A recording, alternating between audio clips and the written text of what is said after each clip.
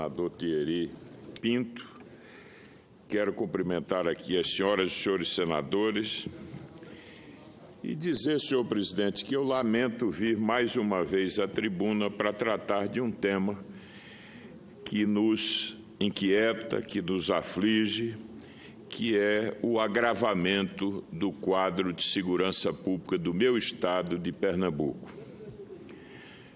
Quero enfatizar que faço esse registro com tristeza e quero que essas palavras que vêm sendo aqui trazidas não possam de nenhuma forma significar que possamos estar fazendo qualquer uso político desse inquietante e preocupante quadro da segurança pública no meu estado.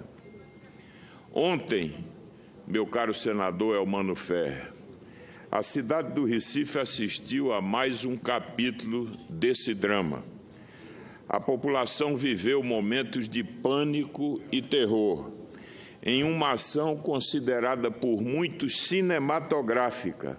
Cerca de 30 criminosos fortemente armados de metralhadoras e fuzis aterrorizaram moradores da zona oeste da capital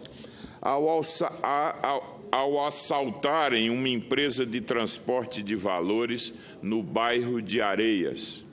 Os bandidos bloquearam as vias, uma ponte e um viaduto nas proximidades da empresa.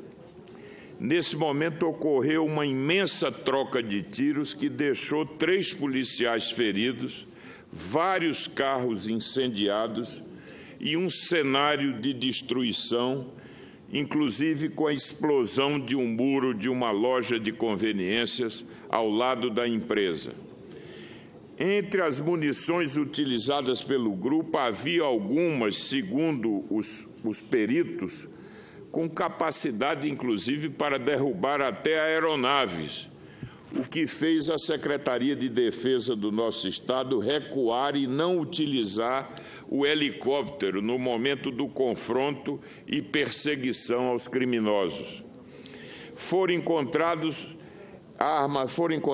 armas pesadas, como o fuzil AK-47, munições, carregadores de armas e de rádios comunicadores, máscaras, coturnos, uniformes do Exército e cilindros de oxigênio. O secretário de Defesa Social do Estado reconheceu que o armamento dessa quadrilha era muito superior ao da polícia, que ainda não conseguiu prender nenhum integrante da quadrilha que participou dessa ação. Senhor presidente, senhoras e senhores senadores, esse episódio agrava as estatísticas da criminalidade e violência em Pernambuco, que vem crescendo de forma assustadora. Somente em janeiro deste ano foram 479 homicídios, uma média diária de quase 16 mortes, com um crescimento de 35% em relação ao ano passado. No mesmo período, foram ainda registrados quase 200 assaltos a ônibus, o dobro do que foi registrado em igual período de 2016. A situação é crítica, porque os dados do ano passado já mostravam um recrudescimento da violência. Foram mais de 4.000 homicídios.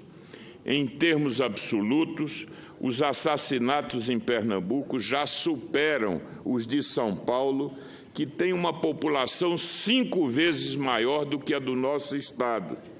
Em termos relativos, senador Thierry, temos uma taxa de homicídios quase 60% superior à média nacional. Nos últimos 3 anos, Pernambuco acumula um crescimento de 43% no número de mortes violentas, anulando, portanto, os ganhos que foram obtidos durante um quinquênio com a época exitosa experiência do Pacto pela Vida. Infelizmente, ao longo desse tempo, a reação do governo estadual tem sido débil As recentes trocas no comando das polícias e na Secretaria de Defesa Social não têm produzido resultados efetivos. A população vive sobressaltada e, por isso mesmo, exige ações enérgicas. Sobre o episódio de ontem, o governador preferiu terceirizar a culpa, atribuindo responsabilidades à empresa de transporte de valores e à fiscalização da própria Polícia Federal, relativizando as responsabilidades do Estado, inclusive apontando episódios similares em outras unidades da Federação. No entanto, o que o governo estadual não admite é que há uma enorme disparidade das taxas de violência entre os estados nesse mesmo período e que a gestão e o envolvimento direto dos governantes no encaminhamento das soluções podem produzir bons resultados, mesmo num cenário adverso como esse que enfrentamos. Por exemplo, os estados de Alagoas, do Mato Grosso e de São Paulo têm obtido avanços na redução das taxas de criminalidade nos últimos anos. Além disso, investimentos em planejamento e inteligência policial são fundamentais para prevenir e desarticular as investidas dessas quadrilhas, como, por exemplo, a que registramos ontem.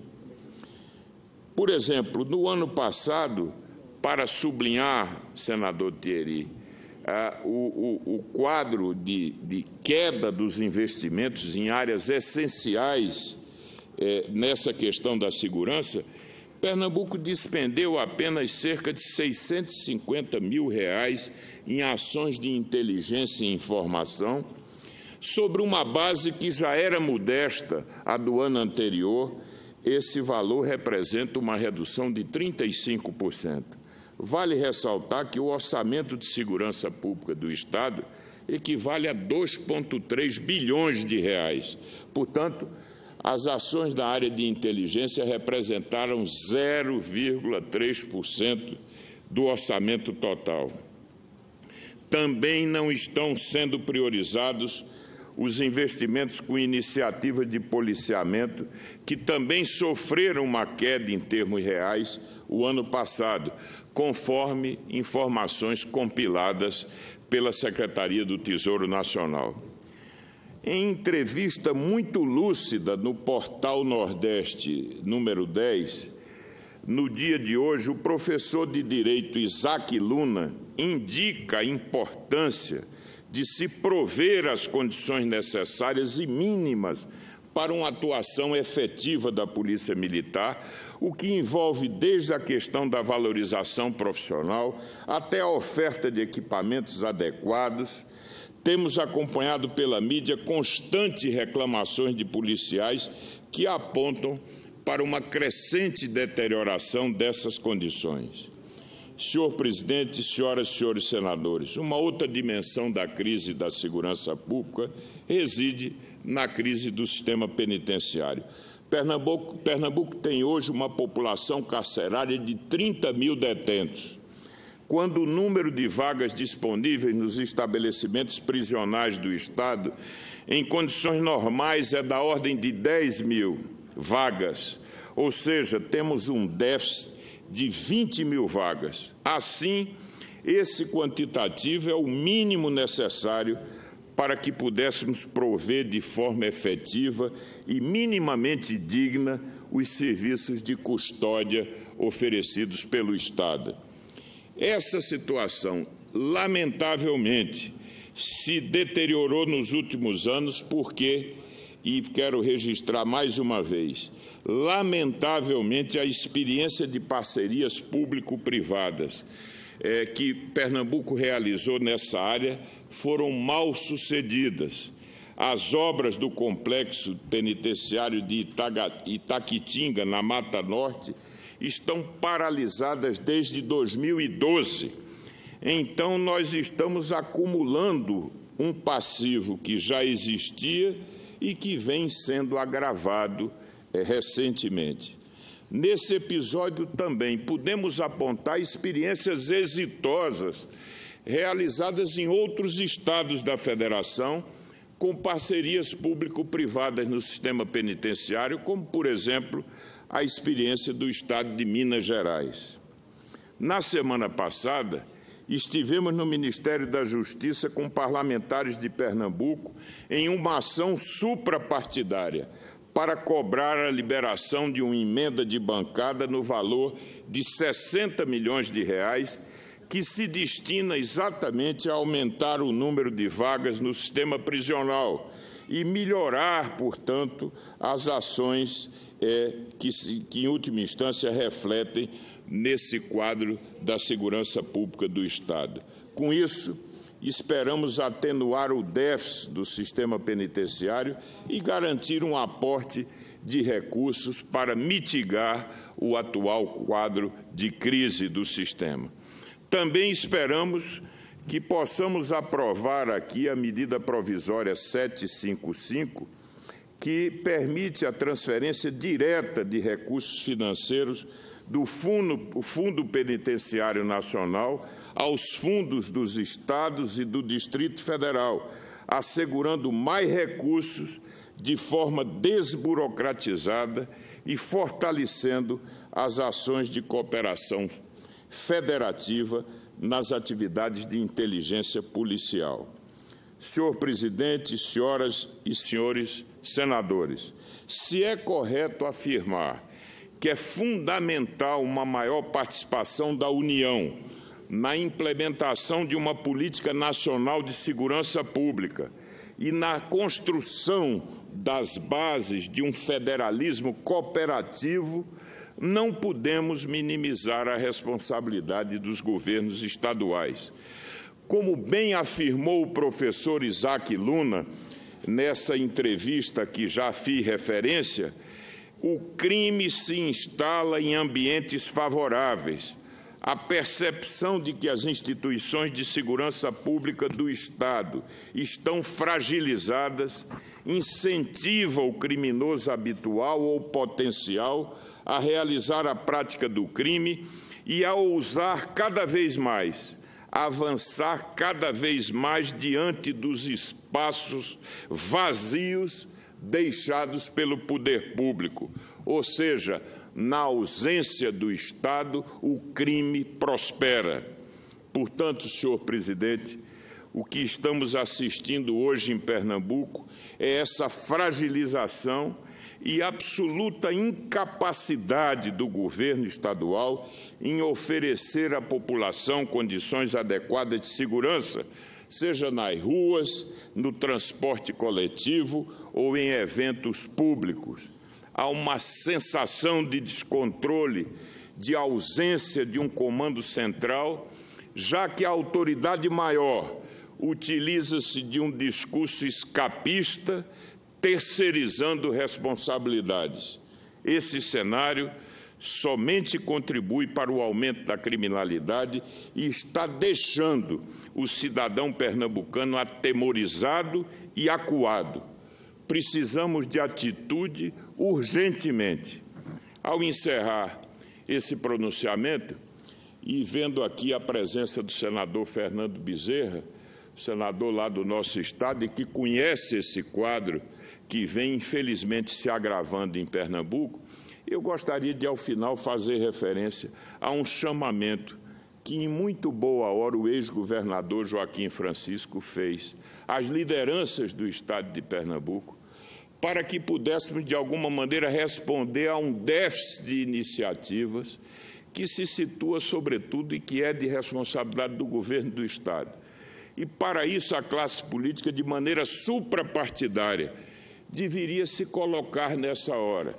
E, para isso, os que sabem que milito no campo da oposição em Pernambuco, eu quero, nesse momento e dessa tribuna, oferecer a minha disposição de, nesse momento, nos colocarmos à disposição para que, em Pernambuco, sob a coordenação do governo do Estado, possamos discutir toda a classe política do Estado. Devemos, mais do que isso, convocar a sociedade de Pernambuco através das suas representações mais legítimas para discutirmos esse quadro, que, infelizmente, hoje em Pernambuco, se traduz numa inquietação, numa situação de absoluta preocupação do povo de Pernambuco. Portanto, eu ofereço aqui... Senador Armando Monteiro. Por favor, uma parte ao nobre senador. Meu caro senador Eumano, com muito prazer. Me somar às preocupações de Vossa Excelência com relação à segurança pública. E pedir permissão também e, sobretudo, para dizer que a segurança pública hoje no Brasil não tem fronteiras. O agravamento, nós sentimos e percebemos, toda a nação brasileira, o que aconteceu recentemente no Espírito Santo, do lado da segurança pública. O que está acontecendo no Rio de Janeiro. O que aconteceu anteriormente, que se diz respeito ao sistema prisionário, penitenciário nacional, com o que se registrou em vários cantos e recantos desse país. Vejo que é uma preocupação que deve ser da federação. No meu entendimento, a segurança pública, que hoje, de acordo com a nossa Constituição, é uma tarefa maior dos Estados federados, no meu entendimento, hoje não há fronteira entre os Estados para o crime organizado. Creio que é um tema da mais alta relevância que o nobre senador traz a esta casa, especificamente que se refere a Pernambuco. Mas eu gostaria de estender o problema a todo o território nacional. A insegurança da população nas cidades pequenas, médias e grandes, sobretudo nas capitais, é uma realidade inquestionável. E eu antevejo que talvez devamos buscar um sistema cooperativo entre os Estados federados e a União. Creio que os Estados, sozinhos, no meu entendimento, não têm mais as condições necessárias, em termos de recursos humanos e financeiros, para enfrentar a questão relacionada à segurança pública. E uma grande preocupação que também nos traz a todos é o que diz respeito à questão da disciplina e da hierarquia nas corporações militares. Vejo que isso já transcende, no meu entendimento, aos Estados e torna-se um problema de natureza nacional.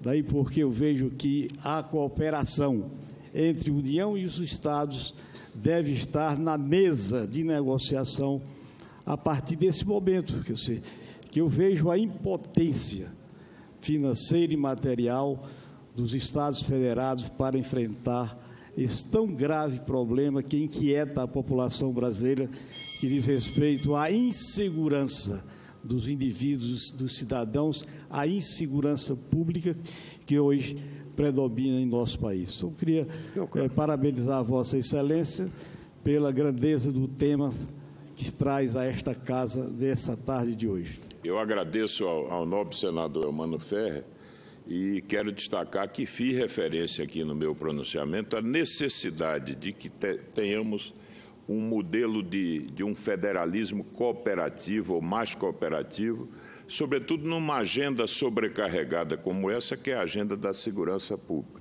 Nesse sentido, essa casa precisa cada vez mais dedicar-se a esse tema, que eu reconheço como um tema extraordinariamente complexo e desafiador e que tem múltiplas dimensões. Mas, meu caro senador Eumano Ferrer, ainda que seja fundamental a participação e a cooperação da União, há sim uma responsabilidade direta dos Estados que precisam responder de forma mais direta a esse quadro.